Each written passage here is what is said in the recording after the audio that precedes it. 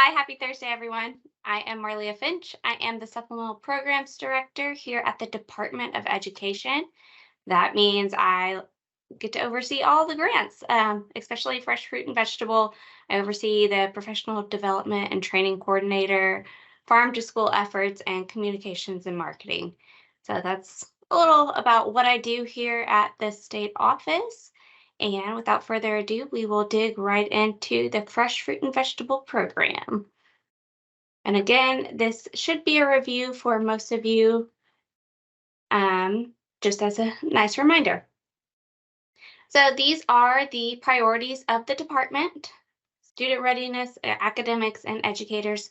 School nutrition falls within the student readiness priority because we all know that we can't teach hungry children. So school nutrition is a vital part of student readiness.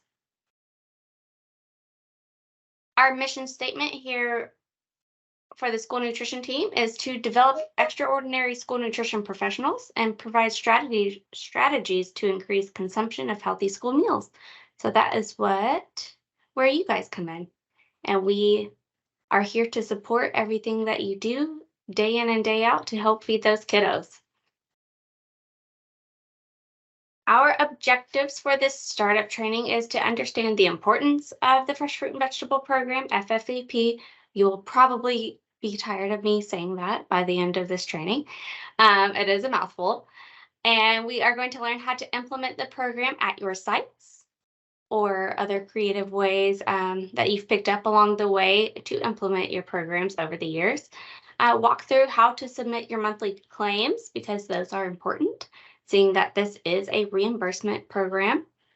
And know the contact information for me, your FFEP specialist here at the central office. All right, so we're going to highlight the program operation basics. So just a high level overview of the FFVP program. So the program's basics are highlighted in the handbook that USDA has created. When you click on this link, it will take you to the FFVP handbook. Yes, it was published in 2011. Yes, that is the most current version. Not much has changed in the fresh fruit and vegetable world over the years, so that handbook is still good to use and use as a reference, best practice guide, the whole thing. So the overall goals for FFVP include expanding the variety of fresh fruit and vegetable options that you have to provide to students, hopefully to increase the consumption of fresh fruit and vegetables, and then overall develop long-term healthy habits with fresh produce.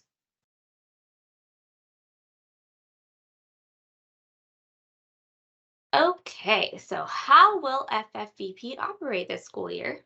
Well, the application you submitted and got approved, hence why you are on this call today, painted the picture as to how your program will operate this year. So those 10, 12 questions that you were asked in your TMAC FFVP application, that told the story of how you plan to operate FFVP. So if you're operating 4 days a week as your afternoon snack, that's great. If you started out with 2 days a week operating, and then as you get more comfortable operating the program and school really starts to take off, if you want to bump that up to operating 4 days a week, as long as you stay within your FFVP budget, you can change your plan of how you plan to operate FFVP. All you have to do is send me an email and I will keep note of it with your application. Super simple. So if you started small in your application and you get your feet wet and you build the confidence and say, I can do more, that is totally all right. Just send me an email saying, hey, I think I'm going to operate all 5 days. And that's different from my application. That's okay. I will take note of that and keep it on file here at the state agency.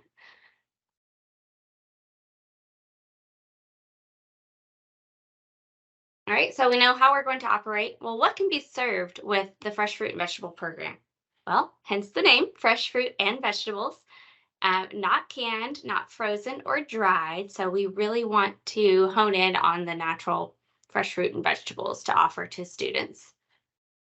As a reminder, you can offer low fat or fat free dips when you are serving vegetables. So, only with vegetables are you allowed to serve low fat or fat free dips. And those low fat dips are considered the 3 grams of fat or less per 1 ounce serving. So, just as a reminder, there, dips are allowed, but only for vegetables, and they have to be no fat or low fat. With the fresh fruit and vegetable program, we don't allow smoothies or other combination items like a parfait or something. That's just not the intent of the fresh fruit and vegetable program. So combination items are not allowed. And then if you are providing cooked vegetables, they are allowed, but only once a week if you're doing cooked vegetables, and nutrition education must be included while serving your cooked carrots or whatever the cooked vegetable is that week. So nutrition education must be included while you're offering that cooked vegetable. That's the only weird little quirky one is that cooked vegetable. You can only serve it once a week.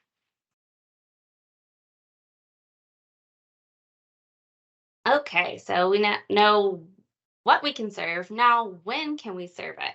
Well, FFVP can be served during the school day, but not before or after school. And it cannot be served during breakfast or lunch. I know historically with COVID waivers, we had some flexibilities being able to um, hand it off during lunch or breakfast. We cannot do that. We are back to the traditional school year, and FFVP is served separately outside of meal times. And the intent of fresh fruit and vegetable program is to serve it during the traditional school year. So you cannot serve FFVP with summer school. It's intended for the traditional school year.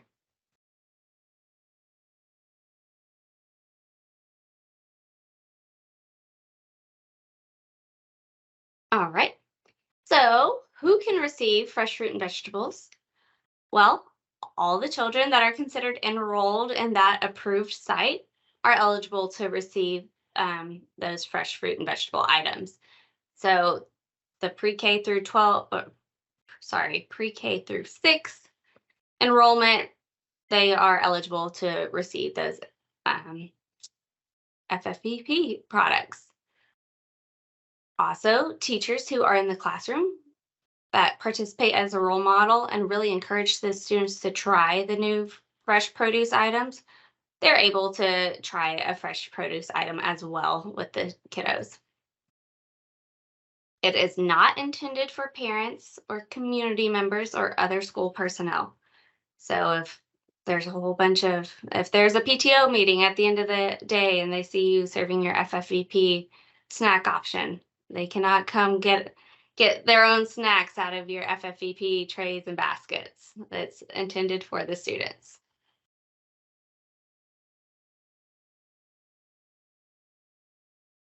All right, so again, I highlighted the basic program overview. Now we will dig into how it's funded, how to budget, and equipment needs for FFVP.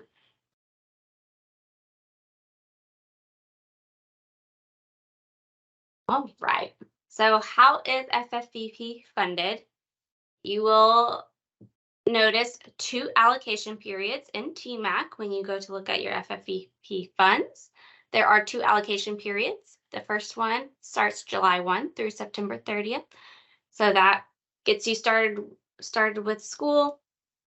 So as soon as I send out those award letters, and if school has started that early, go for it. You can start operating FFVP. That second allocation is October 1 through June 30. Yes, the performance period is through June 30, but if school ends at the end of May, you're not operating FFVP in June, even though that is the performance period. And all funds must be used or obligated by the close date of the period when allotted. So for example, that second period, October 1 through June 30, if school ends in May, you've budgeted all your FFVP dollars, but you haven't got your claim in, that's totally fine. Submit your claim in June. You still get the normal claiming period, even though it's beyond the school year. So just as a reminder, please try to utilize most of your FFVP funds by the end of the school year. Speaking of how to budget for FFVP, well, you can use the budget included in the toolkit that we have on our website. If you click on that link, it will take you directly to the toolkit.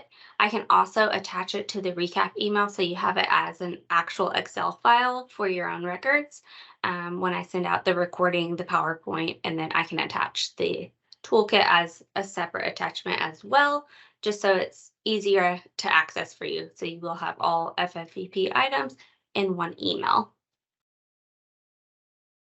And we strongly encourage you to spend at least 90% of your funds to the maximum extent possible, just to be considered for the program in following school years. We like to be good stewards of federal funds, so we really encourage utilizing the funds that are given to you. And we know the kids really benefit from participating in FFVP. All right, so if you have a school site that overspends its allocation and you have not let me know, I can only approve what you are allocated for. However, if you know someone accidentally overspent, I know it happens. It's not a big deal.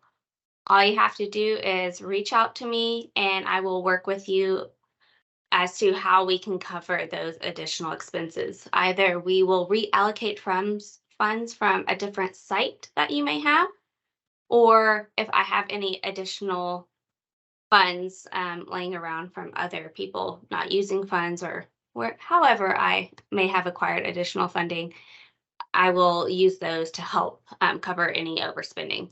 That is not an invitation for everyone to go out and start overspending. I do still highly encourage to use that budget template and really make sure that you are budgeting appropriately for FFVP. But if an overspending happens, please reach out to me and we can work together to see how we can make sure it doesn't happen frequently and how we can cover those funds. And if you already know you need to shuffle some funding around between your school sites, please let me know. I can do that on my end in TMAC so it reflects appropriately on your side. We can shuffle some funds around if you already know out of the get-go that you are going to need some. Just send me an email and we will work together to get that situated.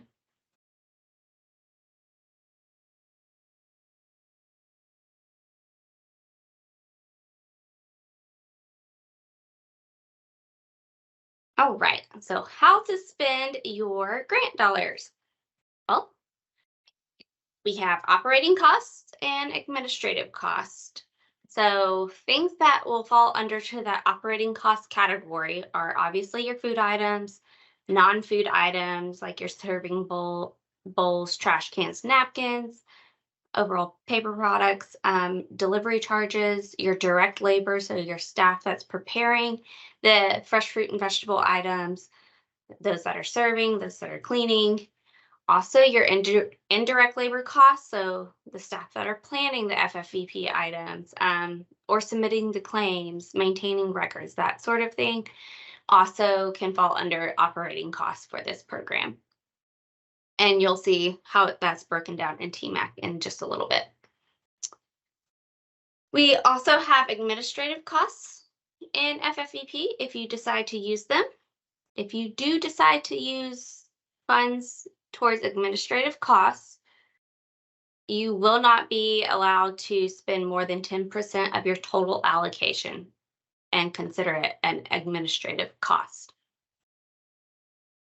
What that means is if you need equipment for a fresh fruit and vegetable, that would be considered an administrative cost, such as like a refrigerator, the big produce slicers, carts, coolers, that sort of thing.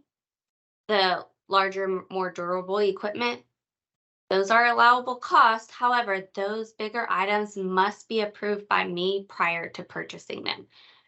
That's basically me double checking to make sure that you are not going over that 10% threshold for your total allocation for administrative costs.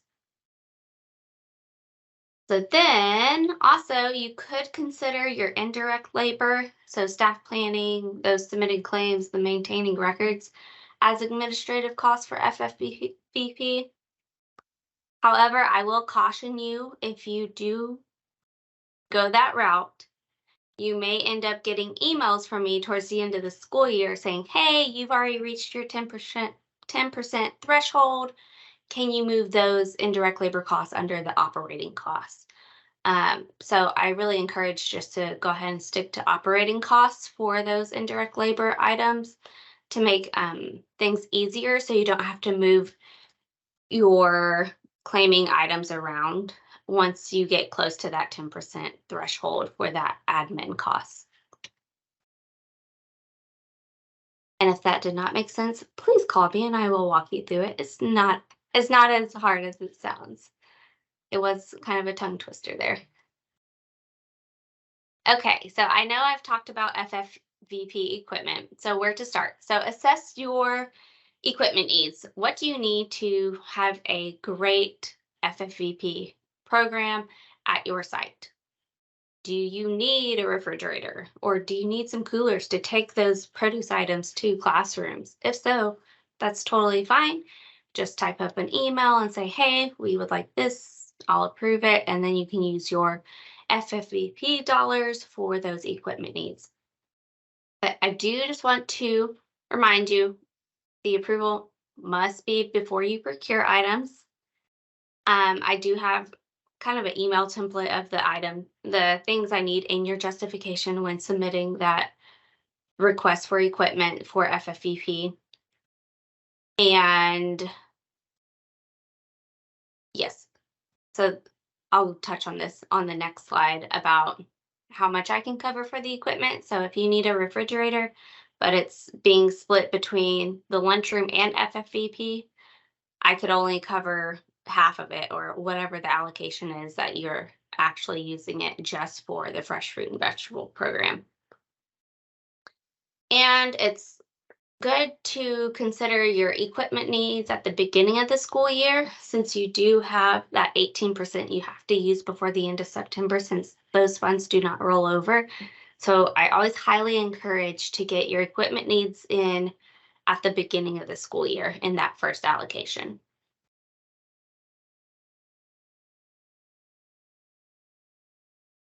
All right. So that email template I just alluded to, here it is.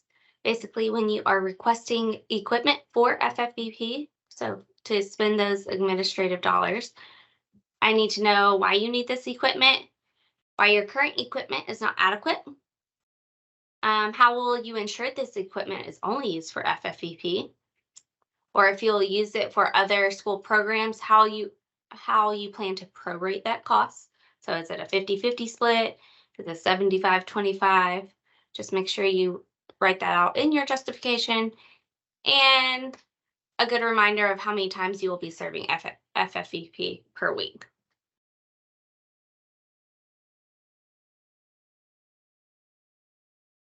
Great. So we understand how to request for equipment through FFVP to use those admin dollars. Now let's talk about procurement as it relates to FFVP. It's no different than any other school nutrition program that you operate. Micro purchases can be used to obtain local produce as long as appropriate procurement procedures are taken. So as long as you are following your procurement procedures like you do in the National School Lunch Program, is the exact same for the Fresh Fruit and Vegetable Program. And again, it's the Fresh Fruit and Vegetable Program, so plan to serve both fruits and vegetables when you're considering what to purchase for the program.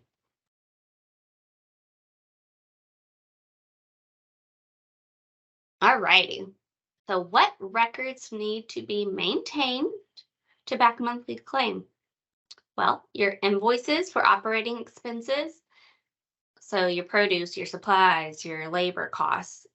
You'll need documentation as to how you came up with those numbers that you submitted those claims for. Obviously, if you bought any equipment or anything, you'll need that documentation along with the approval from me that came with your justification. And then these are best practices, keeping information of how you advertise that you are operating FFVP in your schools. So a picture of a poster or a copy of the actual poster that you use for marketing around the school, a copy of the transcript of morning announcements. These are best practices to keep together all with your FFVP items for auditing purposes, or we'll look over them during an administrative review. Let's see here. Also information to show that the submitted plan was followed. So your submitted plan in your TMAC application, say you plan to operate 4 days a week. Do you have production records to show that you actually did operate 4 days a week, or the nutrition education materials that were provided during those additional snack services? Just having anything related to FFVP documented and kept in your records is a best practice. And there's more examples in the FFVP handbook if this is not an inclusive list.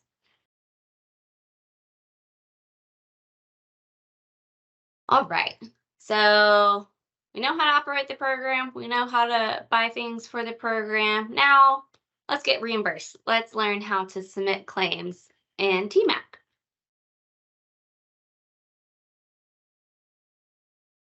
So when to submit your monthly claim?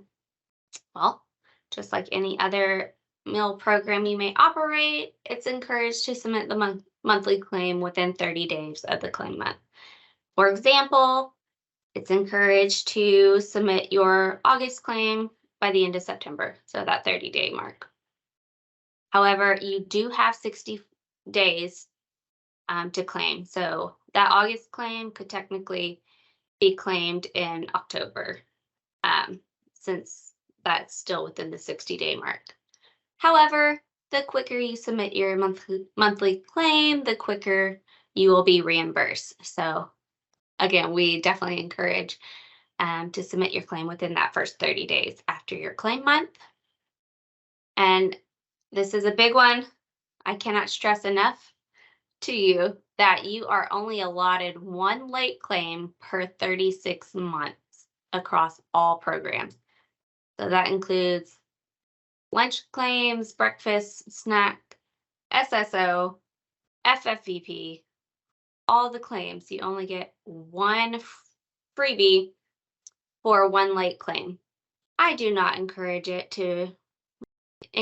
to use this on FFVP, because typically those claims are a lot less money than a lunch claim. Again, highly encouraged just to get those claims in on time, and you are only allotted that one late claim per 36 months across all programs.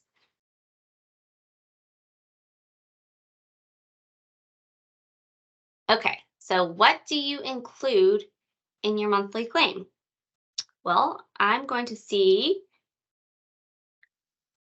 basically the amount of money you spent on your fruits and vegetables during that month. How much did you spend on supplies? And what did that labor and administrative costs look like? And then once you've submitted all of your information, don't worry, I do have screenshots on the next few slides to walk you through a claim. Once you've submitted everything for that claim month, be sure to hit submit for payment. It pops up as a big red button right in the middle. Click submit for payment, or I cannot approve your payments to get them processed. And you can ask a few people on these calls. I will call you and say, hey, can you go in and press that button for me so I can approve your FFVP claim? if I know it's been sitting there for a while. So let's hit submit for payment so you can get paid quicker.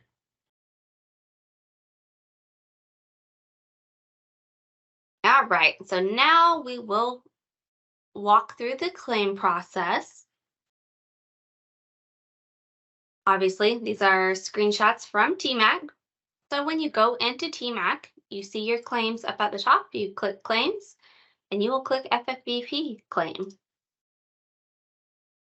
Then you will select the month that you wish to claim. So you simply just click whatever month it is, August, September, October, whatever. You click into it.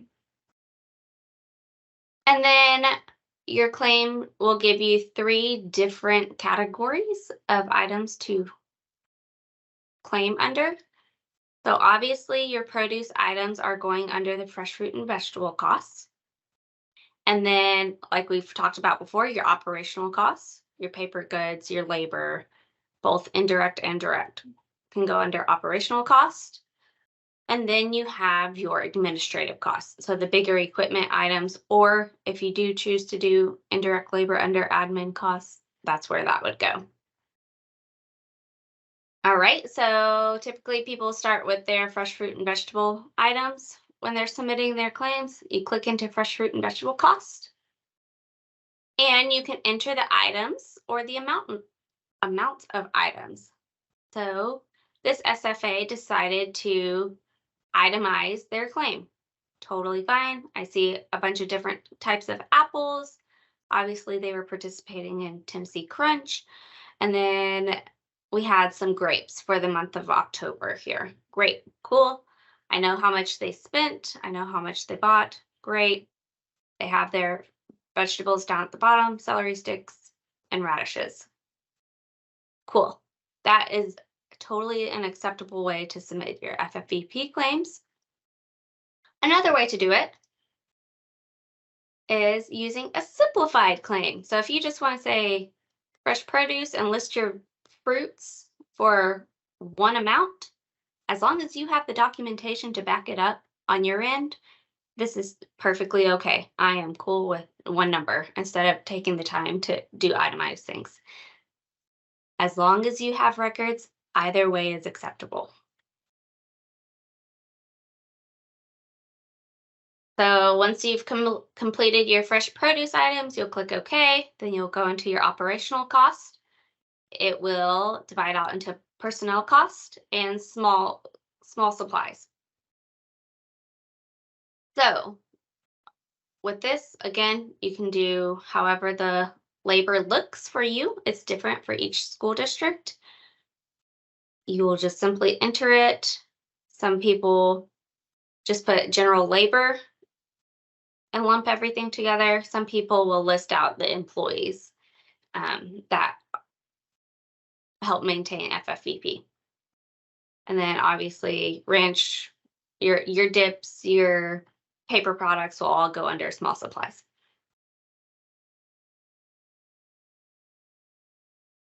Okay, and then you'll go through the admin costs. If you have any for that month, same thing, go in, plug in what you need to claim, and then this lovely submit for payment. Since my side looks a little different from yours, I couldn't get mine to look red, but that's okay. This shows up red for you guys. It says submit for payment. Make sure you click that so I can approve your claim. And then voila, you've submitted a claim. Great. So up here, it won't say processed or accepted. It will say pending. So once you've submitted your claim and it says pending, you know you've submitted it. So that's great. And just a reminder, you can see your remaining balance once you submit a claim. It breaks down each allocation. So you have your first allocation, that July to September, and you also have your October to June allocation listed in TMAC for you. It's a nice pretty table, and it will calculate your remaining balance, and it helps to break down how much of the admin costs that you've spent and your operating costs. So this admin spent column, I use it frequently to make sure you guys are staying under that 10% threshold. So if I use it, you definitely can use it. Or if you need help, I'm happy to help you one-on-one if you need me to walk you through, what do these numbers mean in TMAC? I'm happy to help. All right. Let's see if Teams will be nice. Are there any questions? Feel free to use the chat feature, or you can unmute yourself to ask a question if that is easier.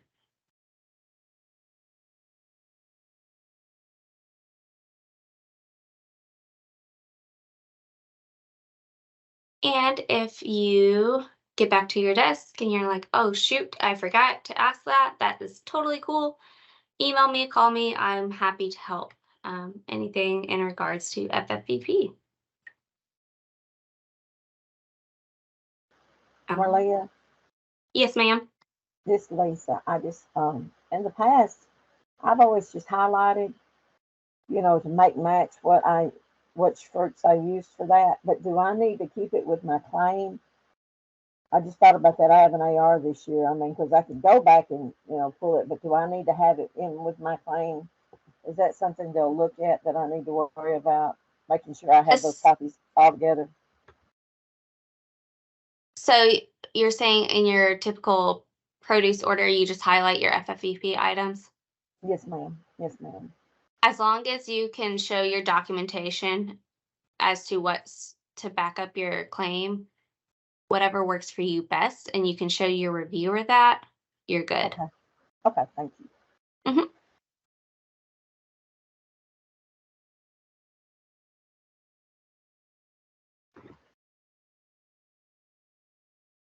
Fantastic. All right. So I'm going to stop recording now.